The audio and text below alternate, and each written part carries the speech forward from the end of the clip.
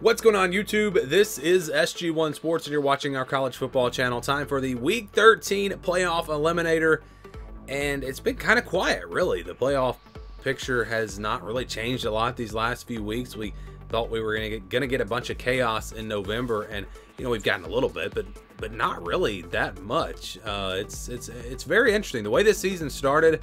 I thought things would probably get a lot crazier. I didn't think we'd have 5 undefeated teams going into rivalry weekend. So very interesting the way it's played out. We'll get into the new eliminations in the playoff picture here. These are the teams that were already eliminated.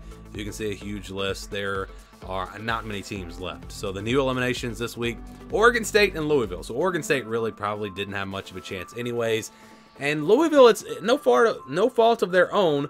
They've only got 1 loss, but I just do not see a realistic path for them.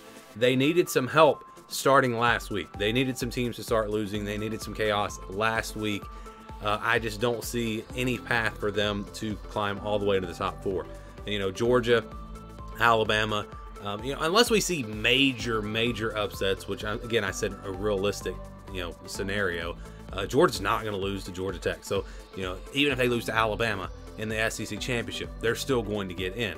Loser of Michigan, Ohio State will still be ranked ahead of Louisville. So you can just kind of go through the list there and see that there's just no way for them to get all the way to number 4. I just don't see that happening, even if they went out and knock off an undefeated Florida State. Again, I'm not going to say there's a 0% chance, but there's not enough of a chance for me to consider them.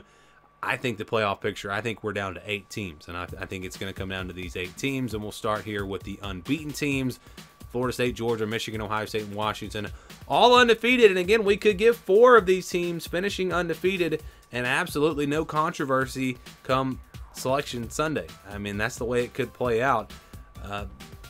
Michigan, Ohio State, you feel very confident that whoever wins that game is going to win the Big Ten championship. They're going to be undefeated. Florida State without Jordan Travis, I don't feel so good, quite as good, but they still probably will be favored in their final 2 games. Georgia does have Alabama.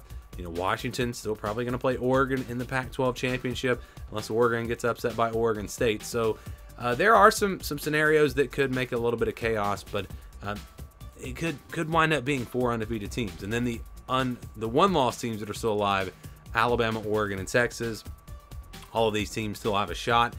I would say that Oregon controls their own destiny. I think that if they beat Washington, that's going to be enough to get them in.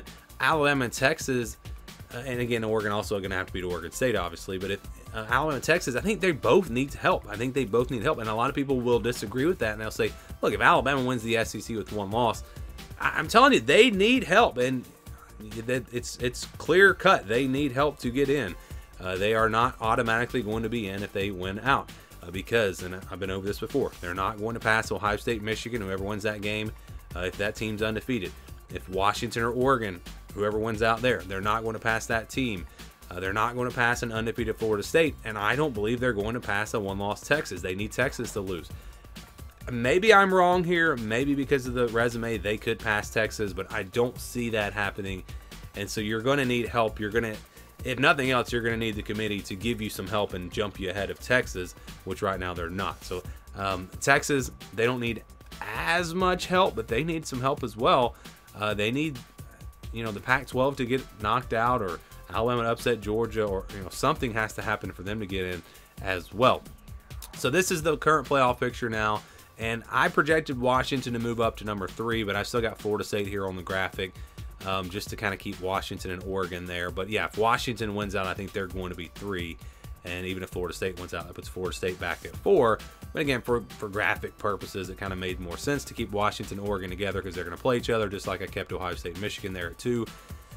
And there are still chaotic scenarios where the loser of Ohio State and Michigan could get in. Let's say the Pac-12, something happens, they get eliminated, something crazy happens there. Texas loses, Georgia wins out, Florida State wins out. Or let's say Florida State loses, and you could still have the Pac-12 in there. So you can have a Georgia, Michigan, Ohio State at 2, Florida State at 3, and then the loser of Michigan, Ohio State at 4. That's a scenario. There's also a scenario where both Georgia and Alabama could get in. It's going to take some chaos, but it could happen.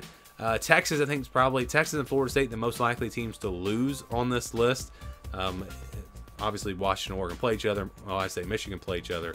And so, if Washington and Oregon win, if they both win this weekend, which they're going to be pretty big favorites, then the Pac-12 is guaranteed to get in the college football playoff because the winner of that game is going to get in. So it's very interesting looking at the different scenarios that could play out, but I don't know if we're going to get that chaos. We haven't gotten it so far, and we've only got this weekend and then, of course, the conference championships to get it. We'll see what happens. But that's the updated playoff picture. Give me your thoughts down in the comments below.